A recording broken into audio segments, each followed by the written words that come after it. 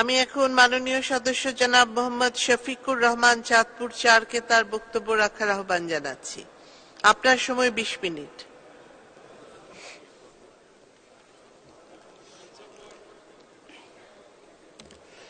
বিসমিল্লাহির রহমানির রহিম। মাননীয় স্পিকার, আপনাকে অশেষ ধন্যবাদ যে আপনি আমাকে সম্পূরক বাজেটের উপরে বক্তব্য রাখার সুযোগ করে দিয়েছেন। আমি হাজার বছরের শ্রেষ্ঠ বাঙালি, ইতিহাসের মহানায়ক, বাঙালির জাতিরাষ্ট্রের পিতা বঙ্গবন্ধু শেখ মুজিবুর রহমান এবং তার সুযোগ্য কন্যা শেখ হাসিনার নেতৃত্বে আজ বাংলাদেশ মধ্যমায়ের দেশ থেকে এগিয়ে স্মার্ট পদক্ষেপে উন্নত দেশের দিকে এগিয়ে যাচ্ছে। এই জন্য আমি জাতির পিতাকে যেমন শ্রদ্ধা করি, একই সঙ্গে আমি শ্রদ্ধা করি আমাদের মাননীয় প্রধানমন্ত্রী শেখ হাসিনাকে। মাননীয় স্পিকার স্যার, আমরা প্রত্যেক বছর আমরা বাজেট দেই এবং সেই সঙ্গে একটি সম্পূরক বাজেট আমাদের দিতে হয়। আমাদের মাননীয় অর্থমন্ত্রী জনাব আবুল হাসান মাহমুদ সাহেব এবারও সেই সম্পূরক বাজেট দিয়েছেন এবং সেটি অতীতের যে কোনো সময়ের তুলনায় অনেক ছোট বলে আমি মনে করি।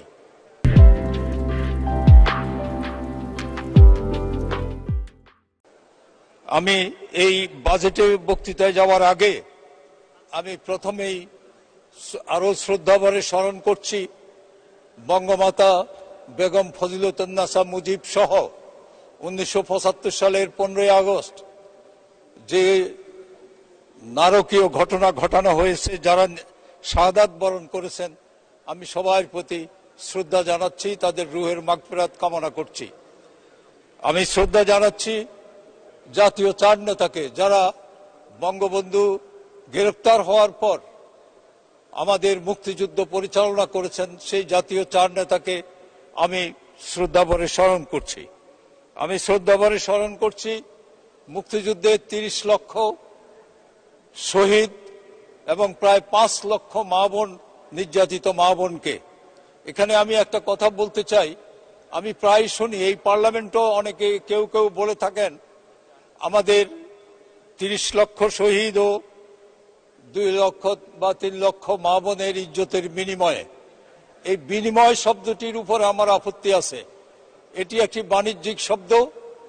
এই বিনিময়, আমাদের মা বোনরা কি বিনিময় করেছেন? নো, তারা বিনিময় করেননি। তারা লুণ্ঠিত হয়েছেন, নির্যাতিত হয়েছেন, রেপড হয়েছেন এবং মৃত্যুবরণ করেছেন, শাহাদাত বরণ করেছেন।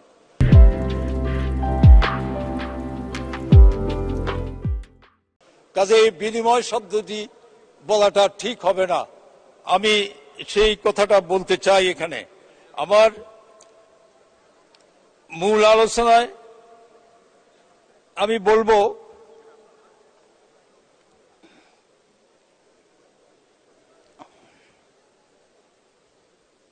মাননীয় স্পিকার স্যার, আমি যারা 15ই আগস্ট ঘটিয়েছিল শেষ বিচারের দিন যেন তাদেরকে জাহান্নামে পাঠানো হয় এবং সেই 15 আগস্টের শাহাদাত বরণকারী সবাই এবং জাতীয় 4 নেতাকে যেন আল্লাহ পাক, আল্লাহ রাব্বুল আলামিন জান্নাতুল ফেরদৌস নসিব করেন, আমি সেই দোয়া করি। অবশ্য একটা কথা এই সম্পূরক বাজেটের আলোচনায় প্রথমেই উল্লেখ করব, বাংলাদেশের অর্থনীতি আজ ছোট অর্থনীতি নয়, অনেক দেশের চাইতেও অনেক বড় অর্থনীতি এবং এখন আমাদের 33তম বৃহৎ অর্থনীতির দেশ হচ্ছে বাংলাদেশ। আজকে আমাদের বাজেট হচ্ছে প্রায় 8 লক্ষ কোটি টাকার বাজেট হচ্ছে। সেই বাজেট আরো ভবিষ্যতে আরো বাড়বে এবং এই বাজেট আমাদের টার্গেট হচ্ছে উন্নত বাংলাদেশ, স্মার্ট বাংলাদেশ, জাতিকে স্মার্ট করার বাংলাদেশ। মাননীয় স্পিকার, আমরা সম্পূরক বাজেট নিয়ে আমাদের কিছু বুদ্ধিজীবী আছেন এবং তথাকথিত বিরোধী দল যারা এখান থেকে চলে গিয়ে তারা টক শোতে বসে যা খুশি তাই বলেন। একজন আছেন বিলেত থেকে লেখাপড়া করে এসেছেন, ব্যারিস্টার, তিনি এমন সব কথা বলেন, এমন ভাবে মনে হয় যেন ঝগড়া করছেন। বিশ্ববিখ্যাত কবি এবং নাট্যকার উইলিয়াম শেক্সপিয়ারের একটি নাটক আছে টেমিং অব দ্য শো।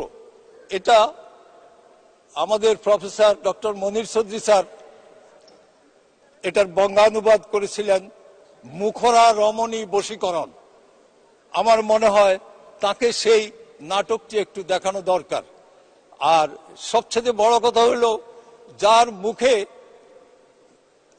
মিষ্টি নেই তাকে তো বোধহয় ছোটবেলায় মধু খাওয়ায়নি, অথবা আমি মনে করি আমাদের এখান থেকে কেউ যদি অন্তত মনন চাঁদের 1 কেজি মিষ্টি তার বাড়িতে পৌঁছে দিতে পারতেন, তাহলে হয়তো কিছুটা তার কণ্ঠস্বর সংযত হতো। মাননীয় স্পিকার, আমরা যেই সম্পূরক বাজেট নিয়েও আমাদের বুদ্ধিজীবীরা অনেক কথা বলেন। আমি বলি, আমরা যারা অর্থনীতির ছাত্র নই, কিন্তু আমরা বাজারে যাই, আমরা বাজার করতে হয় আমাদেরকে। আমরা বাজারে যখন যাই 2000 টাকা নিয়ে, হয়তো দেখা গেল আমি মাছ কিনতে বা অন্যান্য জিনিস কিনতে গিয়ে শেষ হয়ে গেছে, আমার হাতে আর কোনো টাকা নেই, এখন আমি সবজি কিনতে পারছি না বা অন্য সামগ্রী কিনতে পারছি না। এই যে আমার এখানে ঘাটতিটা হলো, এই ঘাটতিটা পূরণটাই হচ্ছে সম্পূরক বাজেট। এবং আমি এটাকে সম্পূরক বলবো না, আমি সমন্বয়ক বাজেট বলবো। তার কারণটি হচ্ছে, সে বাজারের বাকি অর্থ আমি হয়তো বাড়ির থেকে নিচ্ছি অথবা ধার করছি, করে আমি সেটা পূরণ করছি। এই সমন্বয়ক বাজেট আজকে আমাদের এখানে করতে হয়েছে। মাননীয় স্পিকার, বাংলাদেশে একটা জিনিস আজকে প্রমাণিত হয়ে গেছে, শেখ হাসিনা যখন ক্ষমতায় আসেন, শেখ হাসিনার নেতৃত্বে আওয়ামী লীগ যখন রাষ্ট্র পরিচালনা করেন, তখন কিন্তু বঙ্গবন্ধু সেতু হয়, পদ্মা সেতু হয়, তখন মেট্রো রেল হয়, তখন কর্ণফুলী টানেল হয়, তারপরে যে বরিশালে নদ নদীর দেশ ছিল, সেখানে এখন প্রতিটি নদীর উপরে ব্রিজ তৈরি হয়। এমনি ভাবে মেট্রো রেল, তারপরে এলিভেটেড এক্সপ্রেসওয়ে হয়, তারপরে ওই গভীর সমুদ্র বন্দর হয়, ইত্যাদি হয়। আর বিএনপি যখন ক্ষমতায় আসে, তখন হাওয়া ভবন হয়, সরকারের সম্পদ, জনগণের সম্পদ লুট করার জন্য। আরেকটা জিনিস হয়, সেটি এখানে উল্লেখ করতে চাই আমি অন্যভাবে, তার নাম হচ্ছে খোয়াব ভবন। সেখানে কি হয় আমি সামনে দিয়ে আর বলবো না, সেটা বাংলাদেশে সবাই জানে। এটি হচ্ছে বিএনপির দেশ। সেই বিএনপি গত এই যে এত দূর এগিয়েছে বাংলাদেশ, আজকে উন্নয়নশীল দেশ পার হয়ে আমরা উন্নত দেশের দিকে যাচ্ছি। আমরা যে এতগুলো প্রজেক্ট, মেগা প্রজেক্ট আমরা করছি রূপপুর সহ, এই প্রজেক্টগুলোর জন্য আমাদের যে টাকা খরচ হচ্ছে, সেটা দ্রব্যমূল্যের কারণে হয়তো কিছুটা সমন্বয় করতে হয়েছে। তারও পিছনে অনেক কারণ আছে। মাননীয় স্পিকার, সেই কারণটি হলো, আজকে আমরা লক্ষ্য করছি বৈশ্বিক অর্থনৈতিক টালমাটাল অবস্থা, যেমন রাশিয়া ইউক্রেন যুদ্ধ এবং জায়নবাদী ইসরায়েল কর্তৃক ফিলিস্তিনে আক্রমণ, এবং ফিলিস্তিনে এরই মধ্যে 37,000 মানুষকে হত্যা করেছে, যার মধ্যে প্রায় 20,000 নারী ও শিশু সেই হত্যা করেছে। এবং এইভাবে সমস্ত পৃথিবীতে একটি টালমাটাল অবস্থা। তারপরে জলবায়ু পরিবর্তন, এবং কিছুদিন আগে, কয়েক বছর আগে এই যে কোভিড-19, এখনো 2-1টা শোনা যায়। এই যে অবস্থা, এই অবস্থায় দ্রব্যমূল্য বিদেশে যেমন বেড়েছে, আমাদের এখানেও তেমনি বেড়েছে। এই বাড়ার কারণেই কিন্তু আমাদেরকে কখনো কখনো এই সম্পূরক বাজেট বা সমন্বয় করতে হচ্ছে বাজেটের। মাননীয় স্পিকার, যারা এইসব কথা বলেন এইসব কথা বলেন তারা মনে হয় যেন এইসব বুদ্ধিজীবীরা আমাদের ওবায়দুল কাদেরের ভাষায়, এরা বোধহয় বিএনপির ভাষায় কথা বলতেছে। আমরা দেখলাম কালকে সিরাজুল আলম খান, আমাদের শ্রদ্ধেয় নেতা, ছাত্রলীগের শীর্ষ 4 নেতা বা বিএলএফ এর শীর্ষ 4 নেতার অন্যতম, আমাদের শ্রদ্ধেয় নেতার স্মরণ সভায় বক্তৃতা দিচ্ছেন কে? রাজাকার নন্দন মির্জা ফখরুল ইসলাম আলমগীর, রাজাকার সোখা মেয়ার ছেলে মির্জা ফজলুল ইসলাম আলমগীর। তো এগুলো শুনে আমাদের খুব কখনো কখনো খুব কষ্ট হয়, কিন্তু এটা বাস্তবতা মেনে নিয়েই আমরা এগিয়ে যাচ্ছি। মাননীয় স্পিকার, এইসব কারণে বিএনপি আজ ইতিহাস থেকে নিচ্ছিন্ন হয়ে যাওয়ার পথে দাঁড়িয়েছে। তারা যেমন রাজাকারদের শেল্টার দিয়েছে, আবার একইভাবে নিজেরা কখনো সিদ্ধান্ত নিতে পারে না। তাদের সিদ্ধান্ত আসে লন্ডন থেকে, বাইরে থেকে আসে, এবং তাও কি অপরিপক্ক অশিক্ষিত একজনের কাছ থেকে তাদের সিদ্ধান্ত আসে, যে কারণে তাদের কোনো সিদ্ধান্তই সফল হয় না। না হওয়ার কারণে তারা আজ পাগলের মতো প্রলাপ বকে, যা খুশি তাই কথা বলে। একটা সময় ছিল যখন মানুষ এই বাজেট দিলে বিরোধী দল বলতো কি, মানুষ মারার বাজেট, গরিব মারার বাজেট, এই কথাটি বলা হতো। আজকে আর সেই কথাটি বলার কোনো সুযোগ নেই, কারণ আমাদের মাননীয় প্রধানমন্ত্রীর নেতৃত্বে স্বাধীনতার নেতৃত্ব দানকারী সরকার, আওয়ামী লীগ সরকার, গ্রামকে শহরের পর্যায়ে নিয়ে এসেছে। আজকে নেত্রী নিজেই বলেছেন গ্রাম হবে শহর। সেই গ্রামে যে অবকাঠামো উন্নয়ন হয়েছে তার তুলনা আমি বলবো বহু দেশেই নেই তার তুলনা। তবে একটা জিনিস, সেটি হচ্ছে মানুষ আর এখন হাঁটে না, ঘর থেকে বেরিয়ে রিক্সায় উঠে অথবা মোটরসাইকেল নিয়ে বেরোয়, অথবা ইজি বাইক বলে একটা যন্ত্র বেরিয়েছে, সেই ইজি বাইকে উঠে চলে, মানুষ চলতেছে। এবং বাংলাদেশের কোনো মানুষ খালি পায়ে হাঁটেন না। এবং বাচ্চাদের স্কুল কলেজে প্রত্যেকটা স্কুলে ইউনিফর্ম আছে এবং জুতা আছে প্রত্যেকের পায়ে, এবং মিড ডে মিলও সেখানে সরবরাহ করা হচ্ছে। শুধু একটা জিনিস যেটি মানে গ্রামে একটুখানি অভাব আছে, সেটি হচ্ছে বিদ্যুৎ। শহরে কিন্তু বিদ্যুতের লোডশেডিং খুব কম হয়। নেত্রী যেটা বলেছেন গ্রাম হবে শহর, সেই শহর হয়ে গেছে শুধু একটা জায়গায়, সেই বিদ্যুতের জায়গাটা একটু বিপদগ্রস্ত। আজকে অনেক বিদ্যুৎ ঘন্টার পর ঘন্টা থাকে না। এবং আমি যখন বিদ্যুৎ বিভাগের ইঞ্জিনিয়ারদের সঙ্গে কথা বলেছি, তারা আমাকে বলেছেন যে স্যার, আসলে আমরা যা বিদ্যুৎ পাই সেটাই আমরা দিতে পারি, এর বাইরে আমরা কোত্থেকে দেব। এবং তারা বলেছেন অন্তত, যেমন আমার ফরিদগঞ্জে অন্তত পক্ষে 3 মেগাওয়াট বিদ্যুৎ যদি বাড়িয়ে দেওয়া যায়, তাহলে আমরা খুব কম লোডশেডিং করেও বিদ্যুৎ সরবরাহ করতে পারবো। আমার মনে হয় গ্রামাঞ্চলের প্রত্যেকটি উপজেলায় একই অবস্থা। এবার আমি মাননীয় স্পিকার, আমি বাজেটের উপরে আলোচনা এখানেই আমি স্থগিত করে আমি আমার এলাকার কিছু কথা বলতে চাই। আমার এলাকা বিগত 5 বছরে আপনাদের দোয়ায়, আশীর্বাদে এবং মাননীয় প্রধানমন্ত্রীর বদান্যতায় আমি কিন্তু অনেক উন্নয়ন করতে সক্ষম হয়েছি। সেটি হচ্ছে, ফরিদগঞ্জে কোনো ফায়ার সার্ভিস ছিল না, আমি সেই ফায়ার সার্ভিস নিয়ে গেছি। ফরিদগঞ্জে রাস্তা ছিল না, সব হয়েছে, শুধু এখনো 60-70 কিলোমিটার রাস্তা কাঁচা আছে। আর একটা জিনিস সবচেয়ে বড়, এখানে মাননীয় মন্ত্রী মহোদয় আছেন, স্থানীয় সরকার মন্ত্রী মহোদয় আছেন, আমাদের ওখানে একটি ব্রিজ আমি 25-30 বছর চেষ্টা করে এই ব্রিজটির জন্য বরাদ্দ নিয়ে যাই, এটি উটতলি ব্রিজ মুন্সিরহাটে ফরিদগঞ্জের। সেই ব্রিজটি 107 কোটি টাকা বরাদ্দ দিয়ে এটি কাজও শুরু করে, কিন্তু একটি কনস্ট্রাকশন ফার্ম, তার নাম সুরমা কনস্ট্রাকশন, সেই কনস্ট্রাকশন 9% লেসে টেন্ডার দিয়ে কাজ নিয়ে নেয়।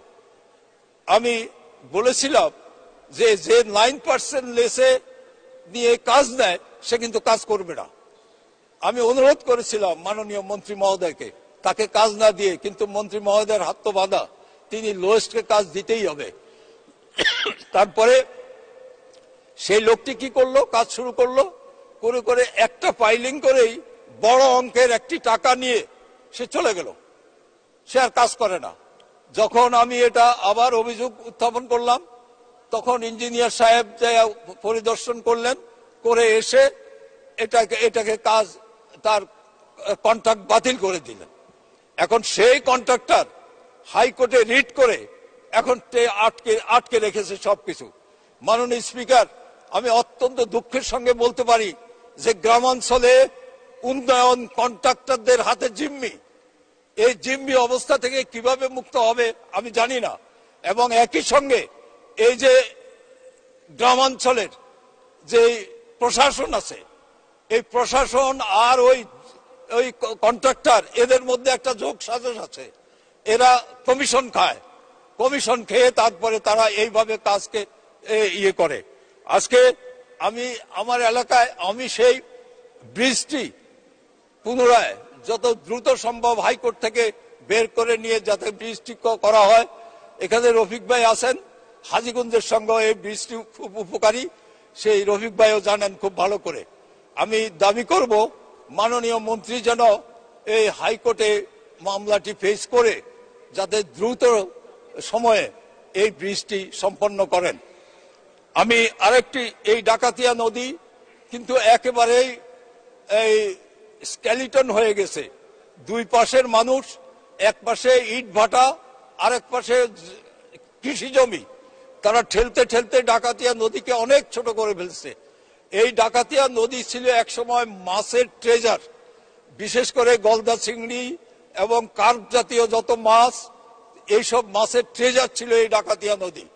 এখন সেই নদী কোথাও কোথাও সাপের মতো একে একে বেঁকে যাচ্ছে, কোথাও কোথাও স্কেলিটন হয়ে গেছে।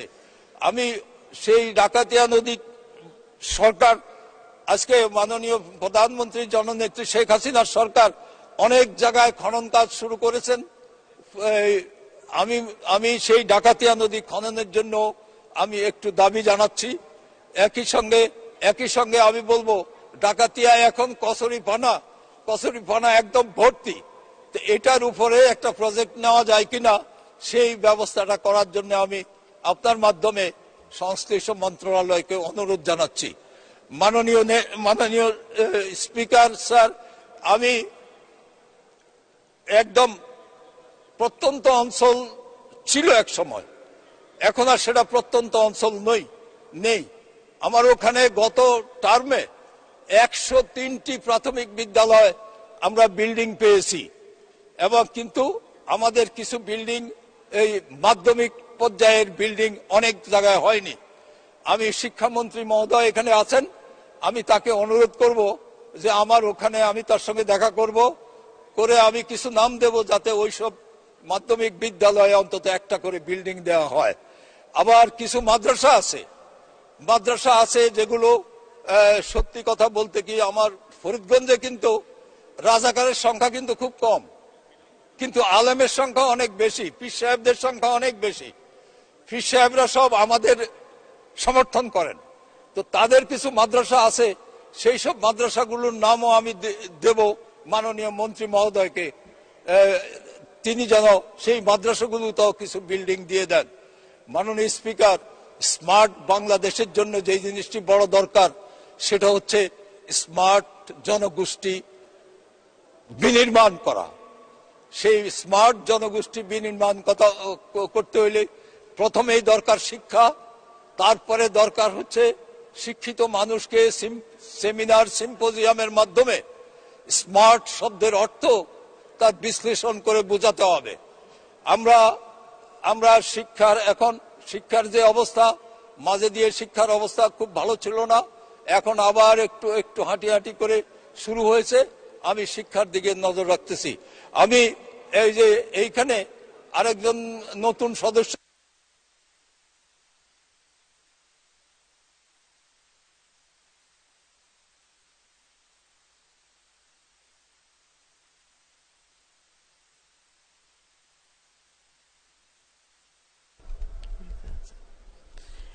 আপনি 5 মিনিট বলুন।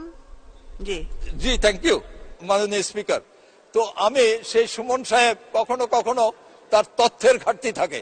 যেমন তিনি বলছেন চাঁদপুরে এত বালি উত্তোলন হলো, হ্যাঁ, চাঁদপুর কি একটা মানুষও ছিল না এর প্রতিবাদ করার? সুমন সাহেবকে আমি বলতে চাই, আমি প্রথম প্রতিবাদ করেছি ট্রেজারি বেঞ্চের হয়েও, তারপরে সবাই পত্র পত্রিকা লিখেছে। আর তারপরে যে জিনিসটি হয়েছে সেটা হচ্ছে সেখানকার ডিসি মহোদয় অত্যন্ত সাকসেসফুল একজন ডিসি ছিলেন, অঞ্জনা খান মজলিস।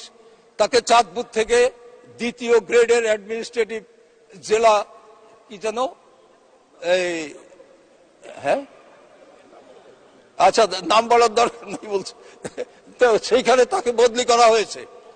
আমাদের নদী কমিশনের যে চেয়ারম্যান, সে চেয়ারম্যান মহোদয়কে তিনি যখন বলেছেন যে কত হাজার কোটি টাকার বালি চুরি হয়েছে, এটা বলাতে তার চাকরিও চলে গেছে। কাজেই সুমন সাহেবকে আমি বলবো, আপনি একেবারে সবাইকে দুর্নীতিবাজ ভাববেন না প্লিজ। আপনি যেভাবে বলতেছেন কথা, এইভাবে একটু হিসেব নিষেধ করে খোঁজ খবর নিয়ে সঠিক তথ্য সংগ্রহণ করে তারপরে আপনি কথা বলবেন, বলেন, আমাদের কোনো আপত্তি নাই, আমরা জবাব দেব, কিন্তু আপনি সঠিক তথ্য নির্ভর কথা বলতে হবে। মাননীয় স্পিকার, আজকে আমি বিএনপিকে আর কি বলবো, বলার কিছু নাই, পাই না তো কোথাও খুঁজে, রাস্তায় নাই, সংসদে নাই, রাজপথে নাই, ওই ঘরের ভিতর বসে কিংবা প্রেস ক্লাবের একটা কক্ষ ভাড়া করে সেখানে গিয়ে কতগুলো কথা বলতে থাকে। এইসব কথা বলতে বলতে তাদের এখন রিপিট হচ্ছে, একদম রিপিট হচ্ছে, তাদেরকে আর কিছু করার তাদের আর কিছু আছে বলে আমি মনে করি না। আর সবচেয়ে বড় কথা কি মাননীয় স্পিকার, একটি রাজনৈতিক দল যার কোনো কম্পিটেন্ট লিডারশিপ নেই, একজন লিডার আছেন তিনি বলে 70 বছর না কত বছর তার হয়েছে, জেল হয়েছে, এবং তিনি বিদেশে লন্ডনে অবস্থান করছেন এবং সেখানে রাজকীয় জীবন যাপন করছেন। আরেকজন আছেন তিনি অসুস্থ তারপরে স্বশিক্ষিত, এবং সেই কারণে বিএনপির কোনো নেতা নেই। একমাত্র নেতা হলো মির্জা ফখরুল ইসলাম আলমগীর, যিনি হচ্ছেন যে 1971 সালে মালেক মন্ত্রিসভার মন্ত্রীর পুত্র, যাকে সখা মিয়া বলা হয়, তার পুত্র। তার কাছ থেকে জাতি কি আশা করবে? মুক্তিযুদ্ধের জাতি, স্বাধীন বাংলার জাতি। মাননীয় স্পিকার, আমি আপনাকে অনেক অনেক ধন্যবাদ জানাচ্ছি। আমি আপনার সময়ের মধ্যেই আমি শেষ করতে চাই। আপনি আমাকে অনেক সময় দিয়েছেন, এই জন্য আমি ধন্যবাদ জানাই। এবং আরেকবার আমাদের মাননীয় প্রধানমন্ত্রী এবং সরকারকে আমি ধন্যবাদ জানাবো যে আমাকে একটি অত্যন্ত গর্বিত জাতি হিসাবে আজকে আমরা সমস্ত পৃথিবীতে আমরা সমাদৃত। মানুষ আমাদেরকে যখন বলে, ও আপনি বাংলাদেশের, ওই যে বাংলাদেশ একসময় এই কি যেন বন্যা খরা ছিল, সেই বাংলাদেশ এখন খাদ্য উদ্বৃত্ত। এই তো মতি আফা এখানে বসে আছেন, এখন কোথায় আমাদের 70 লাখ টন খাদ্য উৎপাদিত হতো 73-4-এ, আজকে সেই খাদ্য উৎপাদন এই বছর হয়েছে 4,16,00,000 টন। আজকে আমরা খাদ্য রপ্তানিও করতে পারছি। এই যে অবস্থা, তারপরেও আমাদের মাননীয় প্রধানমন্ত্রী বলেছেন 1 ইঞ্চি জমিও যাতে বাদ না থাকে, প্রত্যেকের বাড়িতে যেটুকু জায়গা আছে সেইটুকু জায়গার মধ্যে একটা করে হলেও অন্তত গাছ লাগান, 2টো করে হলেও গাছ লাগান। এই বলে আমি আরেকবার আপনাদেরকে ধন্যবাদ জানিয়ে আমার বক্তব্য শোনার জন্য মাননীয় সংসদ সদস্যবৃন্দের কাছে কৃতজ্ঞতা প্রকাশ করে, আপনার কাছে কৃতজ্ঞতা প্রকাশ করে আমি শেষ করছি। খোদা হাফেজ। জয় বাংলা, জয় বঙ্গবন্ধু। বাংলাদেশ চিরজীবী হোক।